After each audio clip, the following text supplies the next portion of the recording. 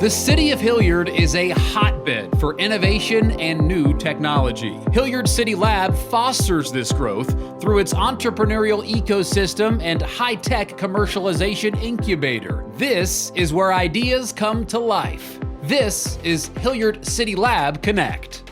Welcome everybody to Hilliard City Lab Connect. I am your host, Michelle Gatchell, and I'm here with my co-host, Chase Evans. We've got a great episode for you today. I'm really looking forward to talking to our guests because they are working with virtual reality and augmented reality to help children overcome fears at the doctor's office when they're getting treatments. Very worthwhile venture that Jeff Penka with LittleSeed and his team has been pursuing since 2017. We're going to talk to Jeff today. Pleased to be joined by you today, a Hilliard City Lab partner. Great to have you here on the podcast. Thanks very much. It's great to be here. So how did all this all come about in 2017? You have a background with different tech and media, and you decided to do this startup. But what was the idea? Talk about how this really springboarded into life. So one of my good friends and co-founder of LittleSeed was working at Nationwide Children's Hospital. He really blended creative. He was a game developer as well as technology, and he was bringing innovative solutions there in partnership with a number of different doctors. And he was working with Dr. Amy Dunn at the time, and they created a virtual reality product that was focused on children going through cancer treatment and with anxiety around needles. Called Voxel Bay at the time. And what happened is they went to South by Southwest. They won Healthcare Innovation of the Year there. And then people started asking them about, how do I actually get this? And then he came back and Nationwide said, well, that's actually what our commercialization partner program is for. And so he reached out to me and said, we've always talked about starting a company. I know you've done startups before. Do you want to do something? And I've said, definitely. We always talked about doing this stuff together. So we started LittleSeed at that point in partnership with Nationwide Children's to start looking at how could we bring that virtual reality product to market. And in the meantime, we've really grown LittleSeed into a product development company that does those types of partnerships with different institutions like Cincinnati Children's, Nationwide Children's, and a number of others to help inventors realize their vision and their idea by blending creativity, technology, and that healthcare expertise. Tell me the story about how even the name of your company, LittleSeed, came about, because I know you mentioned that to me. It's kind of neat. It kind of tells your story and your background. Yes, definitely. So Jeremy Patterson, my co-founder, always had the idea that from the smallest idea, from the smallest seed, you know, if you put a seed into a sidewalk, it can upheave the entire sidewalk. So the smallest little idea, the smallest seed can make the biggest change. And so that was where we kind of came up with LittleSeed and just kind of grew from there. Tell us a little bit about some of your first products. How did you come up with the ideas? Did someone give them to you from the hospitals? So I would say it was a blend. We started working with different folks, building out that reputation. It started with Voyager, which was the virtual reality piece, in partnering with different parts of the community. So Cincinnati Children's was one that reached out. They had heard about the work that we were doing, and they had an idea at the time that it ultimately became Easy Induction. And initially it had just been Jeremy having a conversation a number of years back, and then 2 years after that, they reached back out as their idea had continued to grow, and Dr. Abby Hess had been doing some amazing work there, and we created a partnership there. So it was really reputation that continued to grow based on working with innovative individuals and tech commercialization offices. So in working with those different offices, we got a good reputation and they continued to come back to us. So explain a little bit, how is Easy Induction helping children overcome something? So Easy Induction, a great way to think of it is Abby had a friend whose child was going into surgery, and Abby is an anesthesiologist, nurse, and so when she was talking to her friend about how did that go, her friend said, actually it went really, really well. And she said, well, how is that? Because she was worried that it was a very young little boy, and she said, well, I told him the story of the Three Little Pigs is one of his favorite stories, and I need you to be like the wolf. I need you to huff and puff and blow, and that's how we're going to use this mask. And the boy was all of a sudden determined. He was like, okay, this is going to happen. And so he went in, grabbed the mask, he was huffing and puffing, and boom, he went out. So Abby had that idea and said, well, how could we gamify this? How could we actually make this something where we could take that anxiety and channel it into something, teach them how to use the equipment, engage the parents, and really make it a fun experience overall. And so her idea was to build a game that could actually be turned into, it uses a pressure sensor that we've built, and a set of gaming experiences that are age appropriate.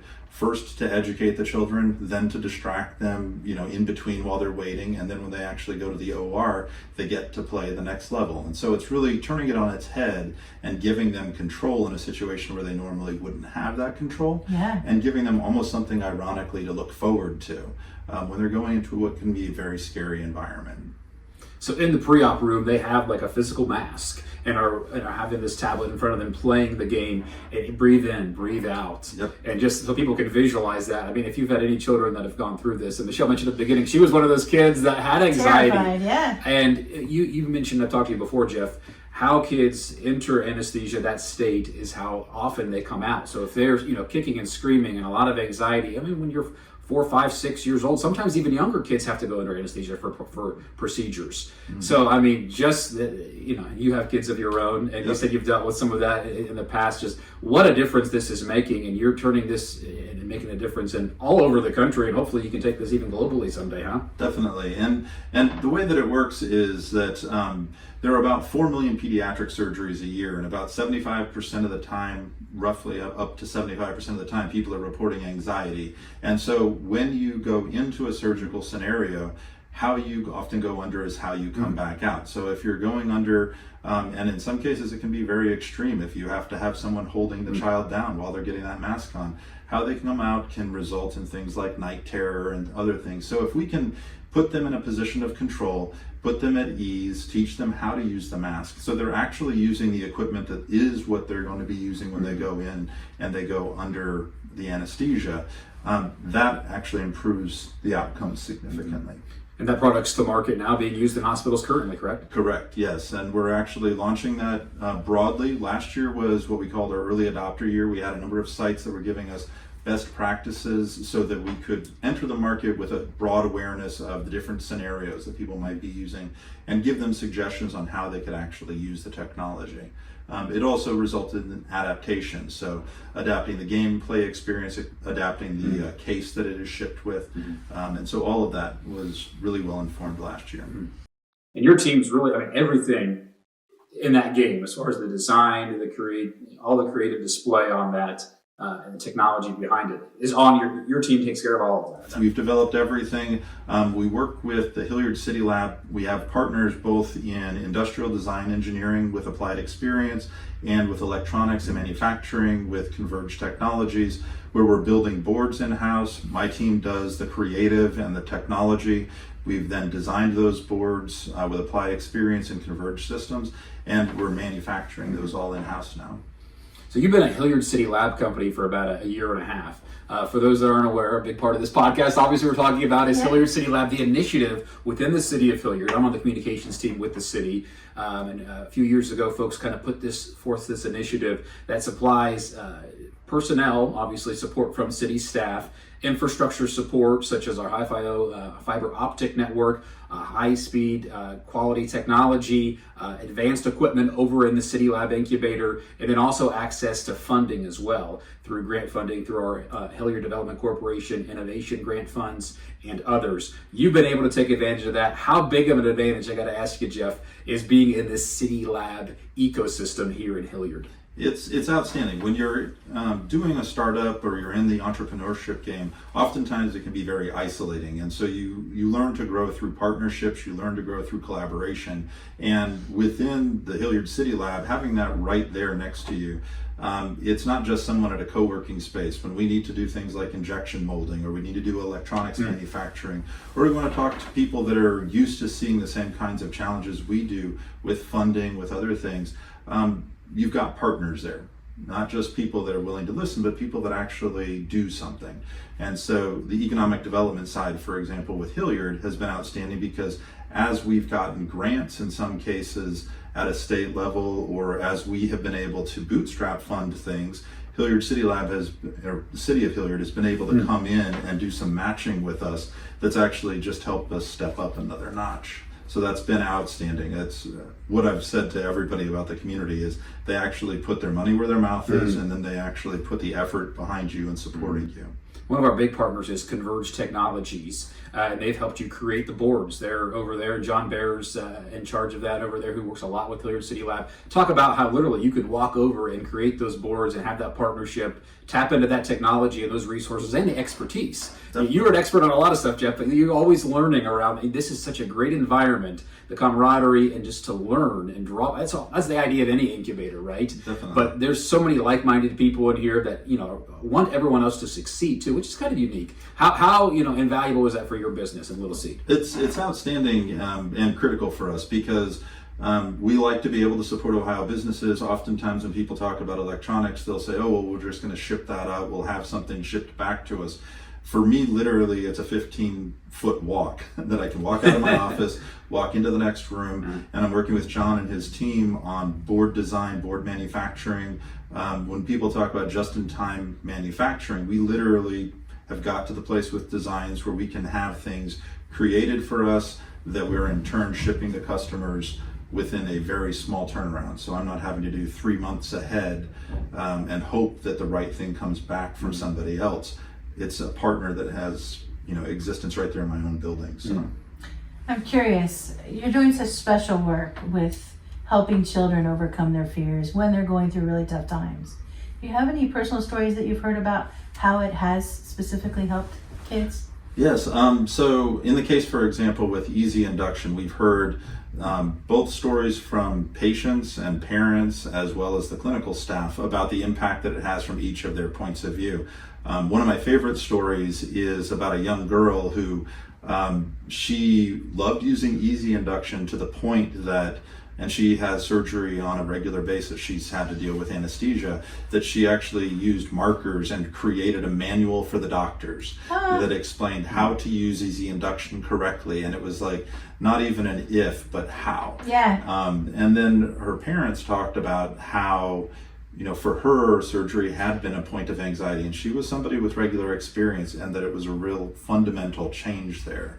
And when you're looking at this from a clinical point of view, the nurses, the anesthesia teams, the surgery teams, that anxiety can be felt across everyone. Yeah. And so having a good experience with the child, with the family, and then in the actual experience itself does have a positive effect for everyone. Yeah. Briefly touch on a couple of your other products, your augmented reality and then your aromatherapy. I know easy induction is kind of like one of the big ones, but touch on those other two briefly. Sure. And the green screen activation, how you guys use that technology to accomplish it in that same pediatric setting. Yeah, definitely. So we also do something that uses computer vision where subjects that are going through a gene therapy trial for spinal muscular atrophy, we need to be able to tell what their movement is. And so we get reachable workspace volume is what's called. And we've developed a video game so they can have fun as they're going through this. And as they're reaching to different parts of the room and everything, all virtually playing this game, we're actually taking over 30,000 measurements of what their muscle systems are able to do, what their joint systems are able to do, and what their total reachable volume is. And through that 5-year trial that they're going through, we're able to take different mile markers basically as we're going through this and see, have they been able to stay consistent, have they declined, have they improved, and then that's acting as an experimental marker within that actual study. And so that's, again, bringing a novel approach to something that hadn't had a baseline that was any better. And this is fun. I've seen those graphics. Fun. Like if you've played any kind of video games, it's good, high quality stuff, and it's keeps you engaged. So we actually have a green screen room that we've set up at the Hilliard City Lab where we can do testing and baselining for ourselves prior to us actually introducing this to the market. But it's also something that as we build new versions of this, we're able to do that with the Hilliard community. We've had Hilliard students, we've had interns, we've had just today we had some students in there. Just today we had a group of students, and so they're able to help us test new things that way by having a permanent installation there. And then when we ship this out to the hospitals for them to use, we don't have to have that larger setup because we've already baselined everything. The other thing that we have been working on with Cincinnati Children's is an aromatherapy product. Right. And that's something that we're still in a very early stage of development on. So we often refer to what we do as taking those ideas, turning them into projects, and then where appropriate, continuing forward into a product. And so Hilliard has actually stepped up and helped us with some evaluatory equipment as we're actually looking at better ways to do what we call personal distribution of aromatherapy, so that in a hospital sense, Cincinnati Children's for the last 5 years has actually been doing this with patients, but they're looking for effective methods for them to be able to scale that up. And so Hilliard has come in and given us a hand with getting in some new equipment that allows us to test new designs for how we could do that at a personal level. Yeah. Well, I'm excited about aromatherapy when I go to my doctor's office.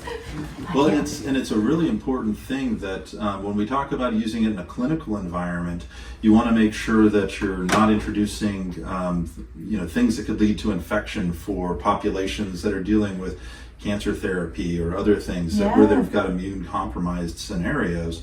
The other thing that we've had stories that have been shared with us is sometimes folks may show up and they're using one type of aromatherapy that all of a sudden it seeps into the walls, and they've had to literally do major changes and renovations to rooms.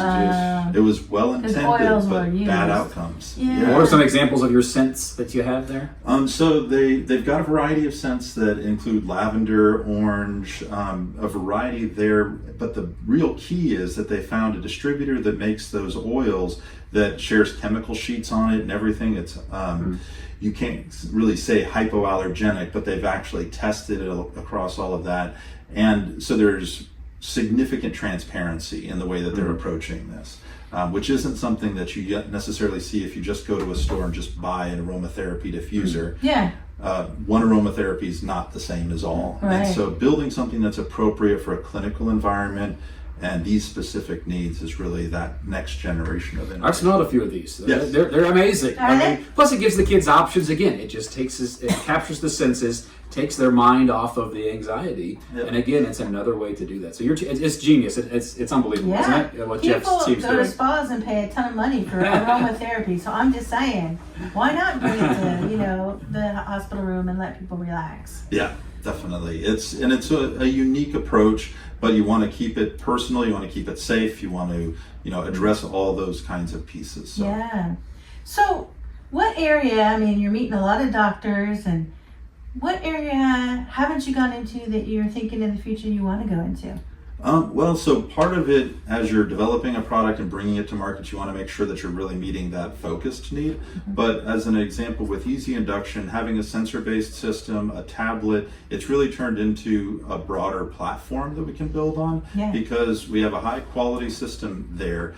What's happened is everybody has another idea. And so when you go in and they're seeing how it works with the mask, they'll say, oh, what about? Yeah. And they start to talk about new things. So we're looking at dental surgery scenarios, we're looking at breath treatment, we're looking at meditative treatments to address anxiety. So that's kind of within our theme, but we have an outstanding platform to build on now. So that's really one of the things that we're looking at next. First, we want to make sure that we're fulfilling the initial promise, but those kind of next gen opportunities are what we're looking at too. So if people are listening and they want to find out more about LittleSeed, maybe they have a child that they would love to see if they could get it in their hospital, how do they find you?